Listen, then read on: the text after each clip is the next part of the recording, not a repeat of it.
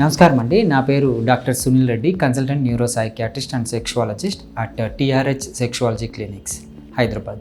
Erectile dysfunction కోసం నా దగ్గరికి పేషెంట్స్ వస్తుంటారు కదా, వీళ్ళలో నేను రెగ్యులర్ హ్యాబిట్స్ అంటే అలవాట్లు ఏమున్నాయో కూడా అడుగుతాను. అందులో ఆల్కహాల్ ఒకటి, అంటే మద్యం సేవిస్తున్నారా అని కూడా క్వశ్చన్ అడగడం జరుగుతుంది. సో కొంతమంది అది చెప్పడానికి ఇబ్బంది పడతారు, కానీ మద్యం తీసుకుంటే వాళ్ళకి కొంతమందికి ఫస్ట్లో ఈ ఎరెక్టైల్ డిస్ఫంక్షన్ అంటే సెక్షువల్ యాక్ట్కి వెళ్ళే ముందు వీళ్ళు మద్యం తీసుకొని కొంతమంది అలా అలవాటు చేసుకుంటారు. ఫస్ట్లో వాళ్ళకి బాగానే ఉంటుంది, బట్ రాను ఏంటి అంటే మద్యానికి అలవాటు పడిపోయి ఈ సెక్షువల్ యాక్ట్ చేయలేకుండా ఇబ్బంది పడుతుంటారు. అంటే ఇది డైరెక్ట్గా కావచ్చు, ఇండైరెక్ట్గా కావచ్చు.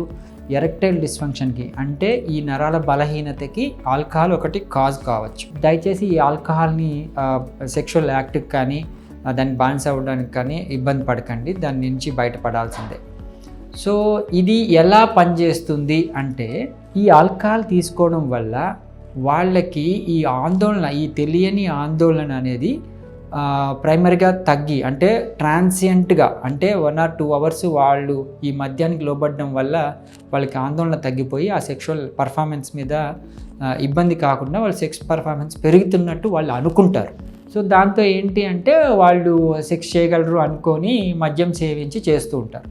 రాను ఏమవుతుంది అంటే ఈ యాంగ్జైటీ యూజువలీ టాలరెన్స్ వచ్చేస్తుంది. ఈ ఆల్కహాల్ ఎక్కువ తీసుకున్నా కానీ వాళ్ళకి అదే విధంగా యాంగ్జైటీ ఉండడం, ఇబ్బంది పడుతూ ఉంటారు. చిన్నగా పొటెన్సీ అనేది తగ్గుతుంది. లాంగ్ టర్మ్లో ఆల్కహాల్ ఎక్కువ తీసుకోవడం, లాంగ్ టర్మ్గా ఉంటే వాళ్ళకి అసలు సెక్షువల్ డిజైర్ కూడా పడిపోతుంది, అంటే సెక్స్ చేయాలన్న కోరికలు కూడా ఇబ్బంది కావచ్చు.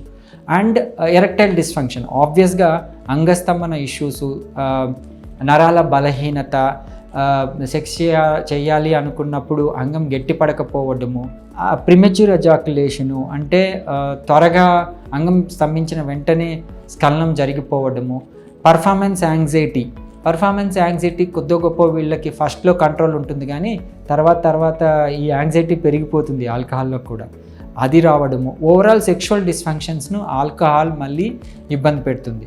సో ఆల్కహాల్ని అవాయిడ్ చేయాలి. ఈవెన్ నా దగ్గరికి వచ్చినప్పుడు ఎరెక్టైల్ డిస్ఫంక్షన్స్తో ఉన్న వాళ్ళకి ఆల్కహాల్ ఫస్ట్ అవాయిడ్ చేయమంటాము. వాళ్ళు అవాయిడ్ చేయలేకపోతే, అంటే అడిక్షన్లో ఉండి దానివల్ల, అంటే ఆల్కహాల్ వల్ల విత్డ్రావల్ సిమ్టమ్స్ వస్తాయి. ఆల్కహాల్ ఆపేసిన 6 hours నుంచి 24 hours లోపల వాళ్ళకి విత్డ్రావల్ సిమ్టమ్స్, అంటే బ్రెయిన్ ఆల్కహాల్కి అలవాటు పడిపోతుంది కదా. ఎప్పుడైతే ఆల్కహాల్ తీసేస్తామో నిద్ర పట్టకపోవడం కానివ్వండి, చేతులు వణకడం కానివ్వండి, అబ్నార్మల్ ఆలోచనలు రావడం, థాట్ ప్రాసెస్లో ఇబ్బందులు కానివ్వండి, ఇవన్నీ స్టార్ట్ అవుతాయి. అంటే ఒకళ్ళ మాట వినరు, వాళ్ళు అబ్నార్మల్గా ప్రవర్తిస్తూ ఉంటారు, బిహేవియరల్ చేంజెస్ వస్తాయి. వాళ్ళని ఫస్ట్ ఆల్కహాల్ నుంచి బయటపడేయాలి. అంటే ఆల్కహాల్ తీసుకోకపోయినా వాళ్ళకి ఎటువంటి ఇబ్బందులు లేకుండా నార్మల్ మనుషులను చేసిన తర్వాత వాళ్ళకి మళ్ళీ ఎరెక్టైల్ డిస్ఫంక్షన్ ట్రీట్మెంట్, అంటే మనం మాట్లాడుకుంటాం కదా, లైక్ లో ఇంటెన్సిటీ షాక్ వేవ్ థెరపీ ఇవ్వడం జరుగుతుంది. ఎందుకంటే ఈ ఆల్కహాల్ తీసుకొని వాళ్ళు రకరకాల మందులు వాడి ఇబ్బంది పడుతుంటారు, వాళ్ళకి మళ్ళీ వేరే రకమైన మందులు ఇస్తే ఇబ్బంది పడతారు. అందుకని ఎటువంటి సైడ్ ఎఫెక్ట్స్ లేని డిస్కంఫర్ట్ కానీ ఈ షాక్ వేవ్ థెరపీ ద్వారా వాళ్ళని ఎరెక్టైల్ డిస్ఫంక్షన్ నుంచి ట్రీట్ చేయొచ్చు. సో ఆల్కహాలిక్స్ ఫస్ట్లో తీసుకున్నప్పుడు, ఇప్పుడు లైక్ మనం మాట్లాడుకుంటుంటాం, వయాగ్రా ఫస్ట్లో తీసుకున్నప్పుడు బాగుంటుంది, తర్వాత డోస్ ఇంక్రీజ్ చేసుకున్నా పని చేయదు. అదేవిధంగా ఈ ఆల్కహాల్ కూడా ఫస్ట్లో దానికన్నా త్వరగానే టాలరెన్స్ వచ్చేస్తుంది దీనికి.